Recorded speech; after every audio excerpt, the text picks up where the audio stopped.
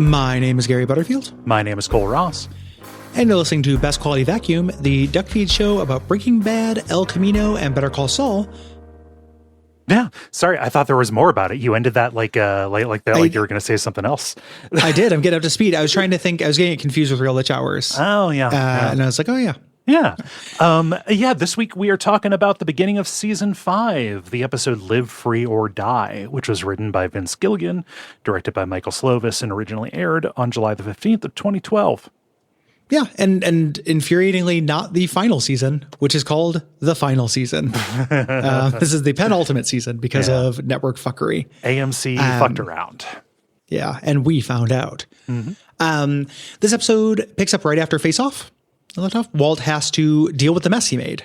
Mm-hmm. He was not able to think more than one step ahead at the time, which is reasonable, understandable with what was going on. Backed into a corner. Now he has to. Yeah, absolutely backed into a corner. Now he has to clean up the mess. Yes. Specifically, we saw them burn the lab, and that worked. However, there's still the camera. And that camera, the security camera, fed to Gus's laptop, which is currently in police custody. So it's time for a heist, baby. The first of 2 heists this season. Yeah. This is meanwhile, we have Skylar, and Skylar is now past the Rubicon of shit that Walt could do to scare the shit out of her. Yeah. Blowing up a nursing home was a final straw. Yeah. She is absolutely terrified. She also has to briefly deal with Christopher Cousins and just say goodbye to Christopher Cousins for the rest of the series. Yes. He won't say a word. Yes. He basically can't. Nope. Basically a jump scare just to show us consequences of the widening gyre of Walt's crapulence. Right. Truly radioactive at this point. And this is a pretty light episode, despite what happens to Christopher Cousins. Yeah, it's funny. Mm-hmm. There's 2 bits in this that are comedy beats. Mm-hmm. Legitimate comedy beats. We are getting, the good characterization shit. This is, Walt beating Gus is, for me, was the Rubicon of Walt getting too much confidence to be relatable or understandable in any of his motivations. Mm-hmm. We're past the point at which he is arguably fighting for self-defense. Yeah. In any way. So he's a real shit. At this point, he's really unlikable. We have a really unnerving note about their relationship at the end, but then there are jokes. Yes. In this episode, a couple of them. One I forgot about that had me laughing pretty hard. That I completely forgot about. Yeah. This is also where Waltz becomes a little bit more opaque, I think. The POV moves away from him a little bit. Not officially because we spend time with characters and everything, but the kind of internal thought process. We are now moving. This is, I think, the point in the series in which he is actually the antagonist. Yeah, yeah. Previous to this, people, like to say that flippantly, like he's the antagonist of the entire show. Mm-hmm. But this is, I think, where kind of semiotically, he's becoming the antagonist. Mm-hmm. And we're kind of in Jesse and Mike's shoes. Yeah. Until eventually we go into Hank's shoes. Right. A little bit. Yeah. So Vince Gilligan had said in 2011 that he wanted Breaking Bad to end on its 5th season, thinking no show ever got better after its 5th season. And AMC was like, okay, we want to cut costs. So how about instead of giving us 13 episodes, you make it 6 or 8 instead? Yeah. And that's no good. No. He could not tell his story in that. Gilligan and Sony refused. So he started shopping around for another network, and AMC called AMC's bluff, basically. Mm-hmm. AMC relented. But the season's bisected. So we have the 5th season and the final season. Yeah. And we had to wait. We had to wait a year between those 2 sets of 8 episodes. Deeply irritating. And it's in having 16 episodes instead of 13. This season and the next one, I like everything that happens in these seasons. Mm-hmm. I'd be really curious as to what would have been cut on an original 13 episode. Yeah, final season. How things could have been tidied up a little bit. Yes, in this. So we're going to talk about the cold open, but it's worth noting that because of that bisection, the opening of this episode where Walt buys a machine gun, they didn't know exactly how he was going to use it. Yeah. Classic Breaking Bad. Yeah. throwing little grenades into the future. The earliest plan was for him to machine gun Jesse in a prison transit bus after he was jailed to keep him from talking. Absolute crash more hours. You knew I like this gun. This is one of the best guns I've ever seen. Yeah. To shoot him, but I'm kind of glad we didn't have him. I'm so happy we don't see him holding the gun and shooting it. Yes. Can you imagine the horror, what the damage that would do to reaction gifs for like a decade after this show? Oh man, the blast zone would be incalculable. Yeah, just the radiation of Walter White holding the gun like he'd become like Scarface. It'd be the Scarface poster of holding the machine gun. Walt should never hold a machine gun. No, that's ludicrous. He's gonna build a robot. It's fine. Yeah, it makes also sense. Slightly ludicrous, but yes, I accept it. I accept it. It's a robot. Whatever I always say is a robot too. It's really just like a turret. Yes, when somebody if you say like, oh, he builds a robot that uses a machine gun, I think of like a bleep bloop, like Herbie, like he walks around like, yes, Mr. White, and he walks around shooting things. It's better than that, but it's still pretty silly. Mm-hmm. So let's talk about that because the cold open is kind of shocking. Yeah. It's doing the flash forward trick that they're going to carry forward into Better Call Saul consistently. Yeah. This Denny's waitress puts a breakfast plate on the counter, and we see the customer who we don't really recognize, even though we see little markers that this is Walt out of the corner of her eye, tearing the bacon apart to spell 52. Yeah. And this is Walt. He looks like shit.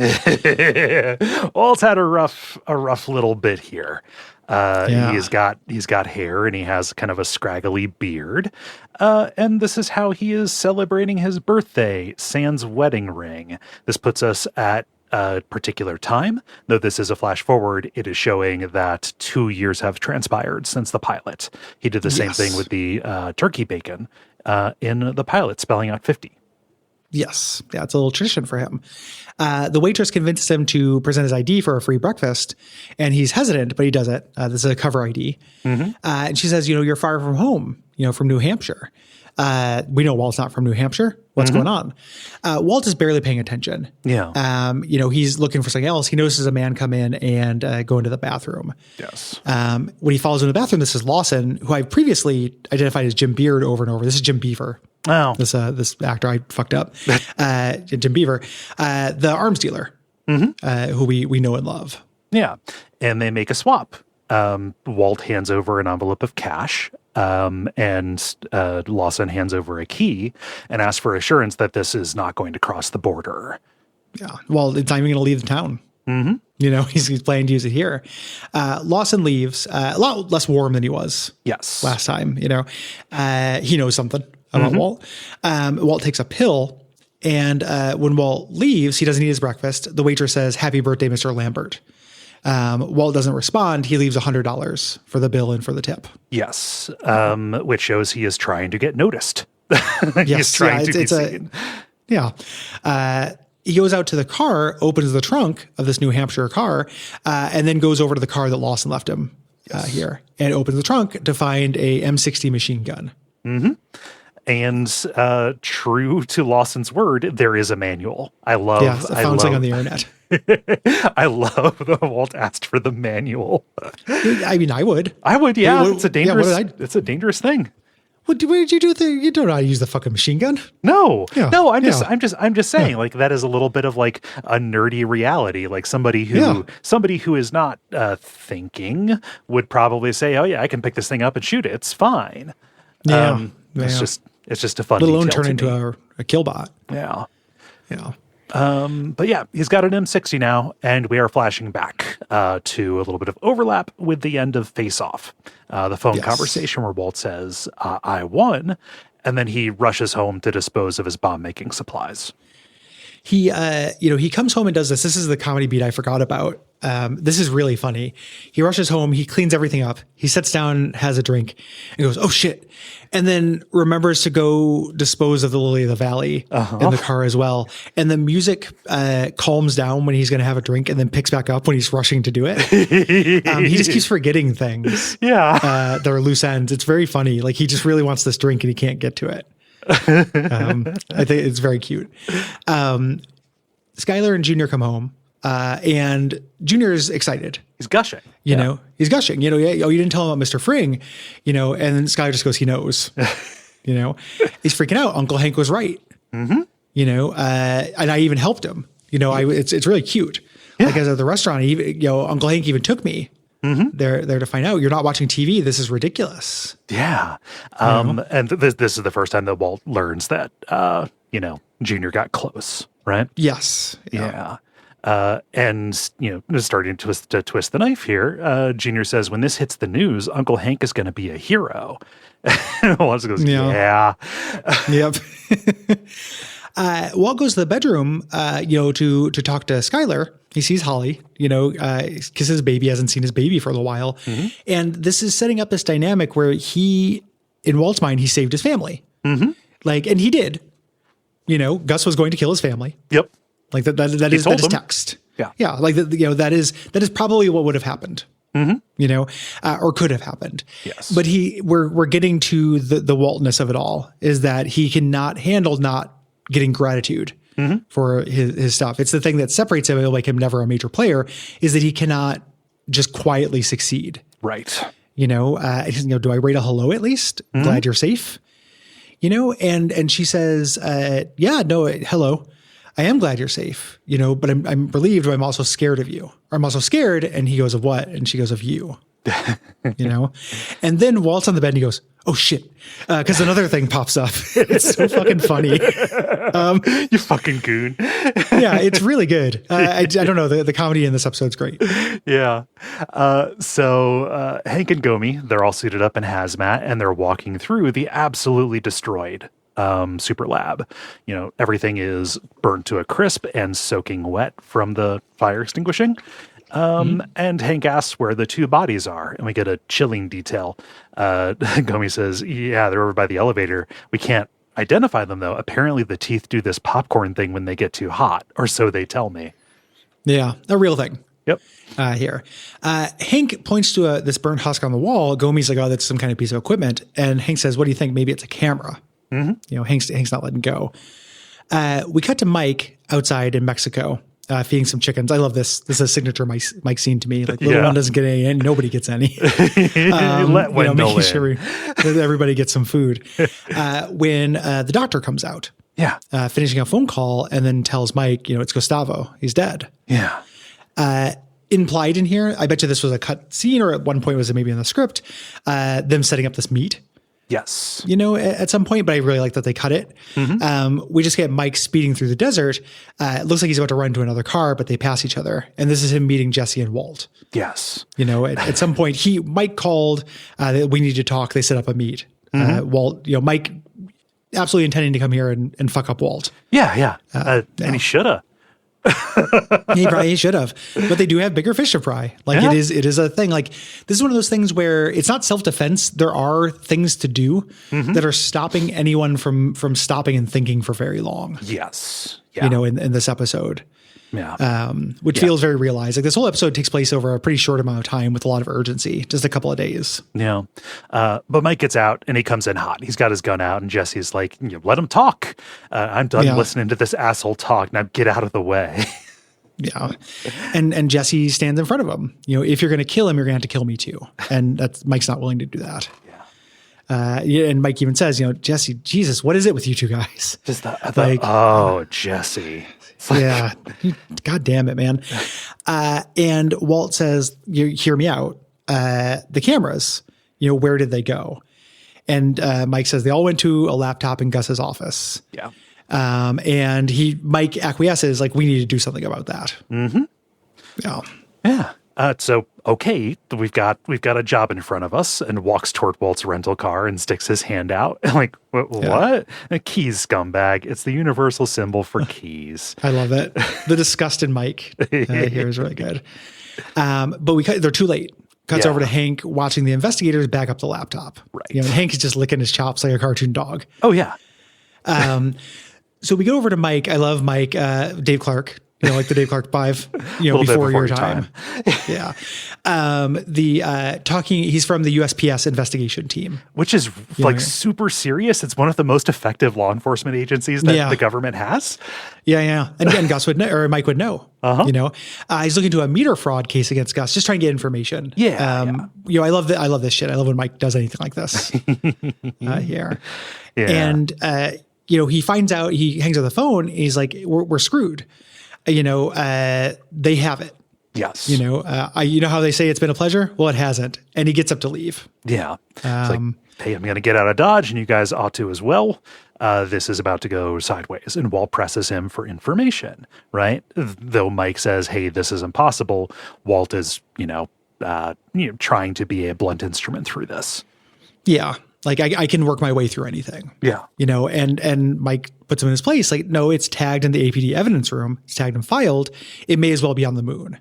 We cannot get that laptop out. And Walt goes, what about who said anything about getting the laptop out?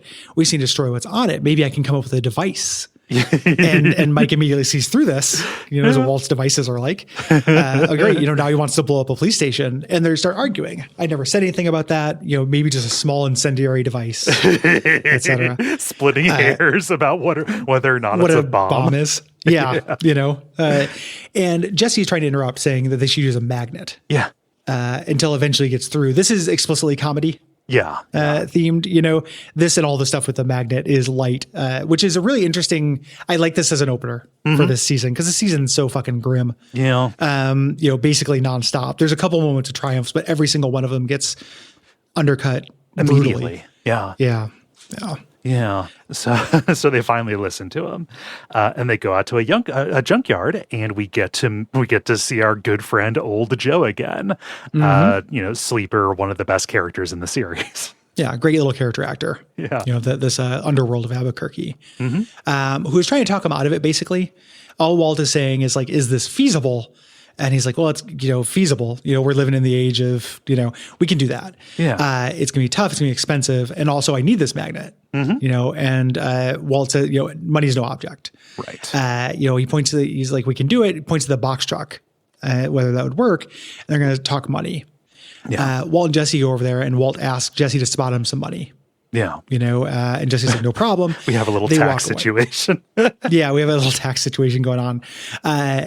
Jesse says no problem. And Mike walks over to Jesse and say, you should take what money you have left and run. That's what I'm going to do. And Jesse goes, no, you can't do that. The only way I know this plan won't work is if you're not on it. It's a 3-person job. Like we need you. So he stays again for Jesse. Yes. This just kind of dependent relationship that all three of these people have. And we're going to get to see those bonds, at least Jesse's bond with Walt dissolve over the course of this season. Completely. Yeah.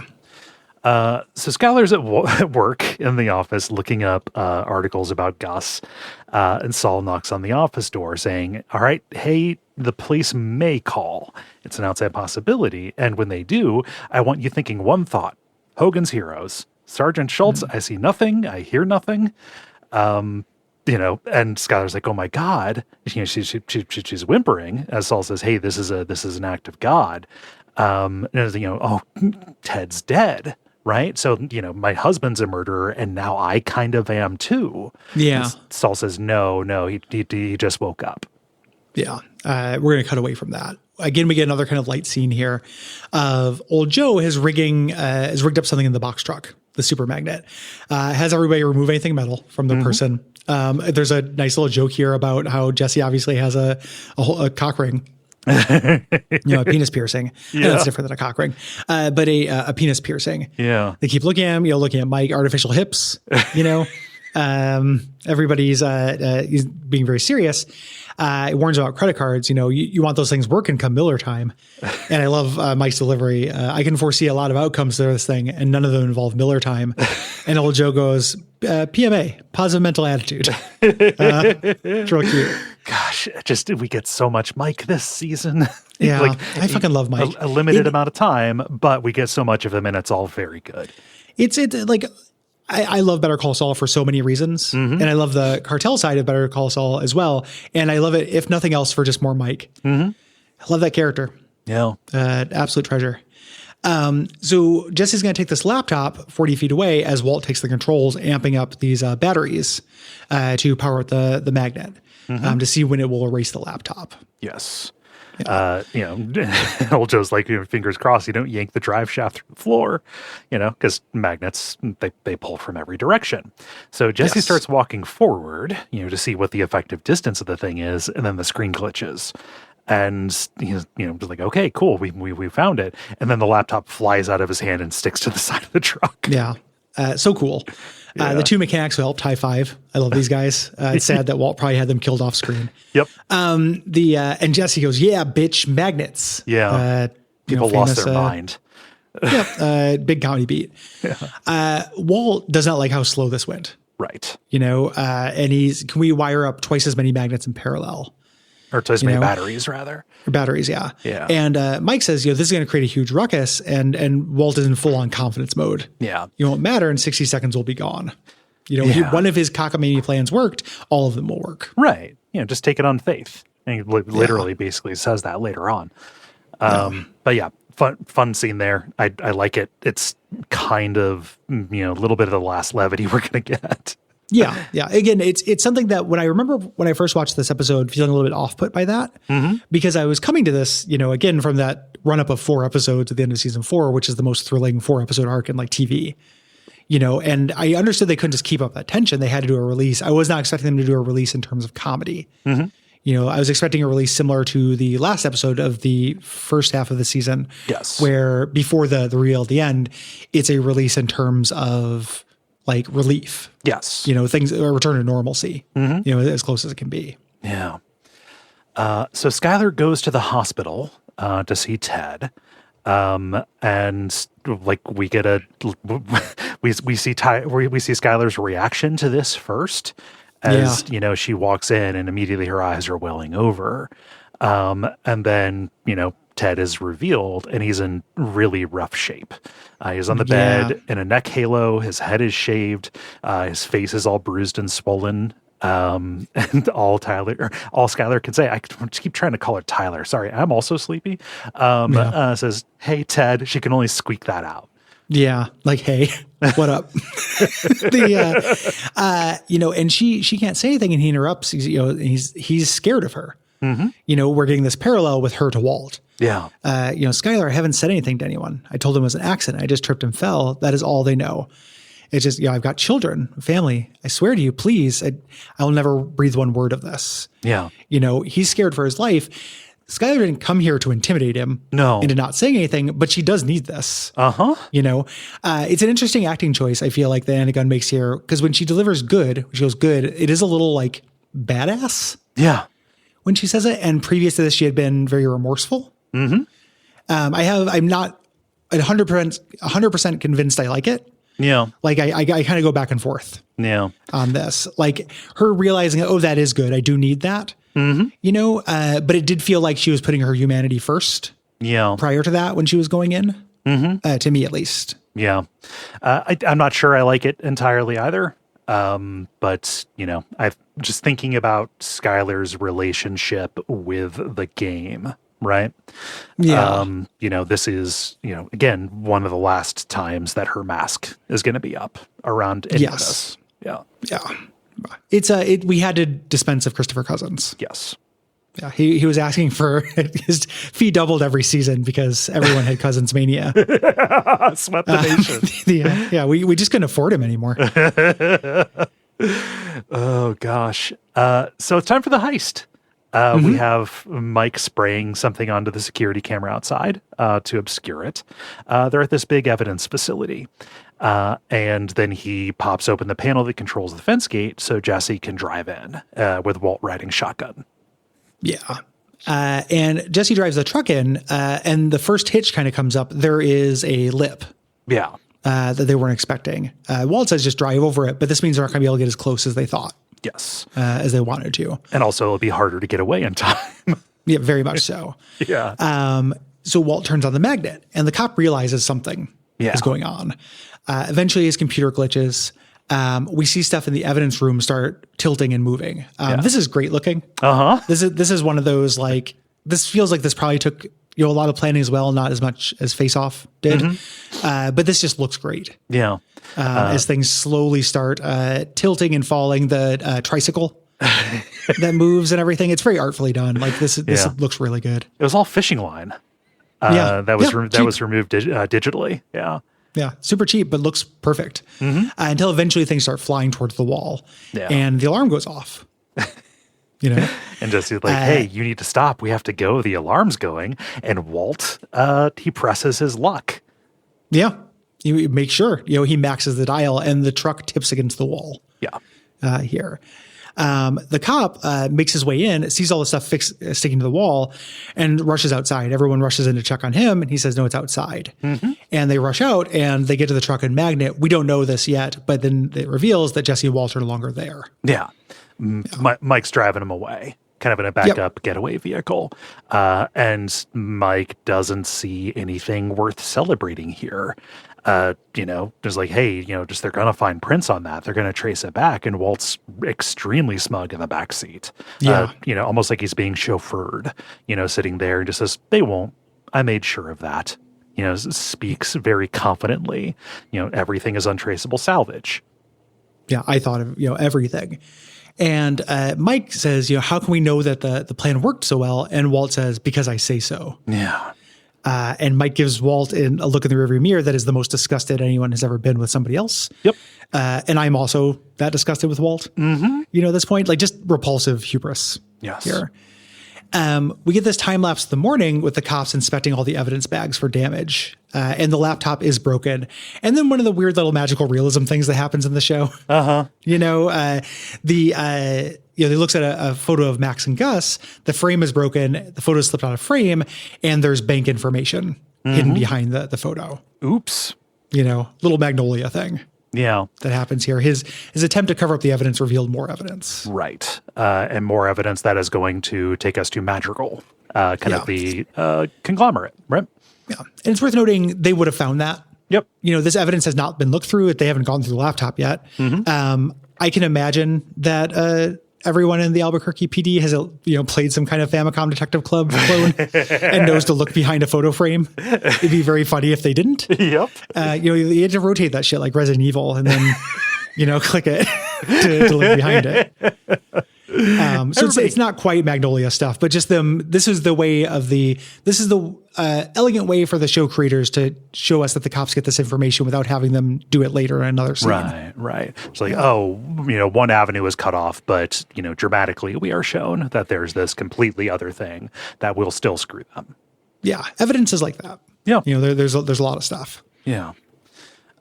So now Walt is at Saul's, and Saul is walking Walt through the Ted money situation, taking it bit by bit, saying, at this point, I said that you should be involved. And Walt is just giving him nothing, sitting there just pumped up. Yeah. Until Walt says, you didn't insist, on contacting me about this situation. And he says, she's my client the same as you. Ultimately, she was trying to protect you at this point. And ethically, and Walt goes, ethics, I can't believe you're saying that. You're not Clarence Darrow, Saul, you're a 2-bit bus bench lawyer, and you work for me.